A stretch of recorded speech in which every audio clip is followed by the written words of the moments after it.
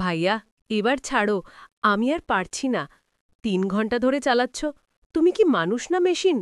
আমি মেশিন হলে না পারতাম, কিন্তু আমি তো মানুষ। এতক্ষণ কি পারা যায়? তোমার জায়গায় অন্য মানুষ হলে এতক্ষণে ১০ বার হয়ে যেত। আর একটু সবুর করবন, এই হয়ে এলো বলে খুব মজা পাবি, অনেক সুখ দেব। ভাইয়া, দোহাই তোমার, এবার ছাড়ো। আমার শুকিয়ে গিয়েছে, আর পারছি।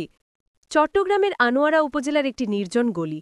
বর্ষার বৃষ্টি ঝমঝম করে নামছে, আকাশ কালো মেঘে ঢাকা।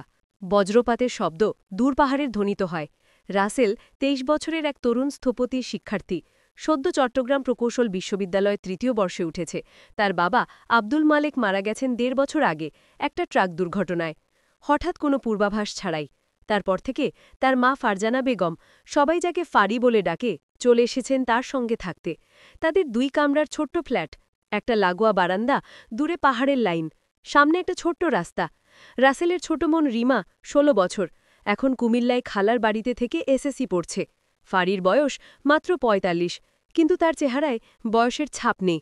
গায়ের রং মধু মিশ্রিত দুধের মতো, উচ্চতায় একটু খাটো, ৫ ফুট ২ ইঞ্চি, কিন্তু মুখে একটা শান্ত আত্মবিশ্বাস, চোখে একটা গভীর নদীর মতো স্থিরতা। চুল কালো কুঞ্চিত, কাঁধ ছাড়িয়ে পিঠে নামে।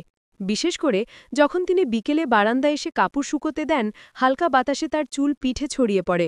হাতের সোনার চুড়ি ঝিকমিক করে ওঠে। সেই মুহূর্তে রাসেলের মন কেমন যেন থমকে যায়। সে দূর থেকে দেখে, চোখ সরাতে পারে না। তারপর হঠাৎ লজ্জায় মুখ ফেলিয়ে নেয়। ফারি সাধারণত হালকা রঙের তাঁতের শাড়ি পরেন, গরমে আরাম হয়। শাড়ির রং হালকা নীল, সবুজ, ক্রিম। যখন তিনি রান্নাঘরের উঁচু তাকে হাত বাড়ান, শাড়ির ভাঁজে কোমরের কাছে এক টুকরো নরম ত্বক দেখা যায়। রাসেলের চোখ মুহূর্তের জন্য আটকে যায়, তারপর দ্রুত সরিয়ে নেয়। ফারির গলায় একটা মুক্তার মালা, হাতে দুটো পাতলা সোনার চুড়ি। কখনো কখনো শাড়ির আঁচল সরে গেলে কাঁধের কাছে একটা পুরনো দাগ দেখা যায়, ছোটবেলার দুর্ঘটনার স্মৃতি, একটা গরম তেলের ছিঁটে। সেই দাগ দেখলেই রাসেলের ভেতরটা মোচড় দেয়। মনে হয় মাকে আরও বেশি করে আগলে রাখতে হবে। রাতে ফারির শোবার ঘরে শোন, রাসেল বাইরের ঘরে একটা ফোল্ডিং খাটে, কিন্তু ফারিকে একা দেখে তার মন অস্থির হয়। সে বারান্দায় গিয়ে গাছের টবে জল দেয়, মনের গুমট ভাব লুকোতে চায়। সে খাবে, মাকে আবার হাসতে দেখতে চায়, তার পুরনো উচ্ছলতা ফিরিয়ে দিতে চায়। মায়ের চোখের কোণে যে ছায়া পড়েছে সেটা মুছে দিতে চায়। আমি ফারজানা, রাসেলের মা, শুধু তার পড়াশোনার জন্য নয়, আমার নিঃসঙ্গতা কাটাতেও তার কাছে এসেছি।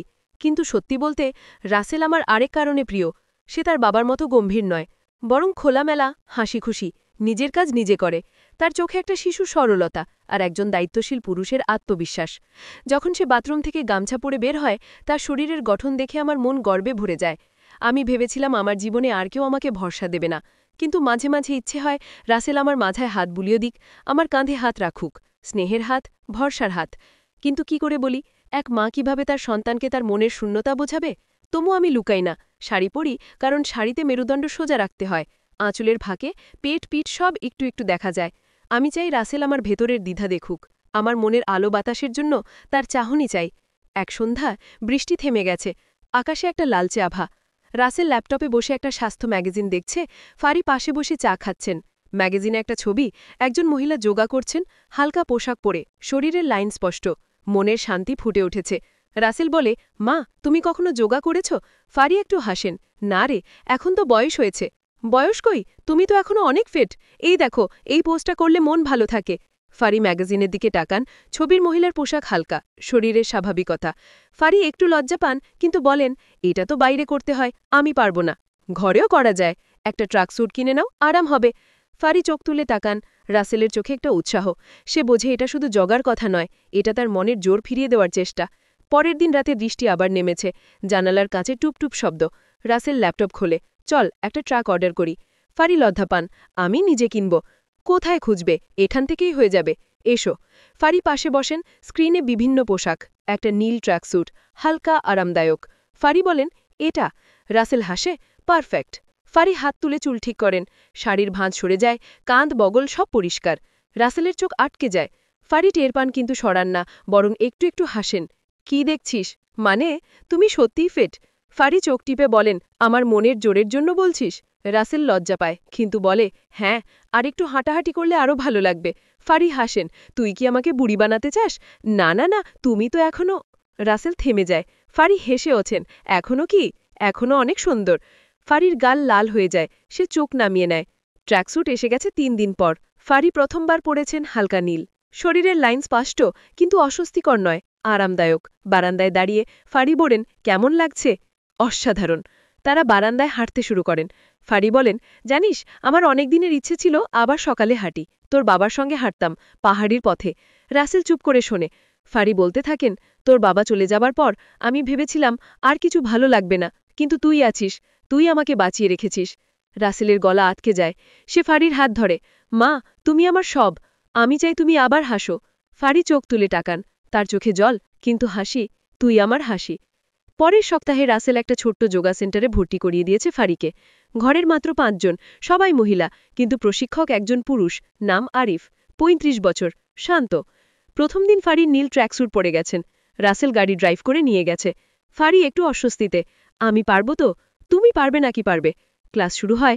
আরিফ বলেন, শ্বাস নিন, ছাড়ুন, শরীরকে শিথিল করুন। ফারি চোখ বন্ধ করে শ্বাস নেয়। প্রথমবার তার মনে শান্তি আসে। ক্লাস শেষে আরিফ বলেন, আপনার ফর্ম ভালো, নিয়মিত আসুন। ফারি হাসেন। বাড়ি ফেরার পথে রাসেলকে বলেন, জানিস, আমার মনে হলো আমি আবার বাঁচতে শিখছি। রাত ১২টা, বৃষ্টি পড়ছে। রাসেলের ঘরে আলো জ্বলছে। ফারি দরজায় দাঁড়িয়ে, ঘুমোসনি? না, তুমি? আমার ঘুম আসছে না। ফারি ঢোকে, রাসেলের পাশে বসে। জানিস, আজ ক্লাসে আমি প্রথমবার নিজেকে দেখেছি রে। আমি ভেবেছিলাম আমি বুড়ি হয়ে গেছি, কিন্তু না, আমি এখনও আছি। রাসেল হাসে, তুমি সবসময় থাকবে। ফারি তার হাত রাসেলের হাতে রাখে। তুই আমার জন্য কত কিছু করিস, আমি কি দিই তোকে? তুমি আমার মা, তুমি থাকলেই আমি সব পাই। ফারি চোখ বন্ধ করে তার মাথা রাসেলের বুকে রাখে। আমি তোকে কখনো হারাতে চাই না। একদিন বিকেলে হঠাৎ বৃষ্টি নামে। ফারি আর রাসেল বারান্দায়। ফারি বলে, চল ভিজি। কি? হ্যাঁ, অনেকদিন ভিজিনি। তারা বৃষ্টিতে নামে। ফারি হাসছে, চুল ভিজে গেছে, ট্র্যাকস্যুট ভিজে শরীরে লেগে আছে। রাসেল দেখছে, তার মন ভরে যায়। ফারি বলে, জানিস, তোর বাবার সঙ্গে আমি প্রথম বৃষ্টিতে ভিজেছিলাম। রাসেল হাসে, এখন আমার সঙ্গে। ফারি তার হাত ধরে, তুই আমার দ্বিতীয় জীবন। এক রাতে ফারি রাসেলের ঘরে আসে। আমি একটা কথা বলতে চাই। বলো। আমি ভয় পাই, যদি তুই বিয়ে করিস, আমাকে একা ফেলে চলে যাস। রাসেল হাসে, আমি কখনো তোমাকে একা ফেলব না। প্রমিস? প্রমিস। ফারি তার মাথা রাসেলের বুকে রাখে। তুই আমার সব। কয়েক মাস পর ফারি এখন নিয়মিত যোগা করে। তার চেহারায় উজ্জ্বলতা। রাসেল তার সঙ্গে প্রতিদিন হাঁটে। তারা একসঙ্গে রান্না করে, হাসে, কথা বলে। একদিন ফারি বলে, জানিস, আমি আর সে পুরনো ফারি নই। তুমি কে? তুই যাকে বানিয়েছিস? রাসেল হাসে। ফারি তার হাত ধরে।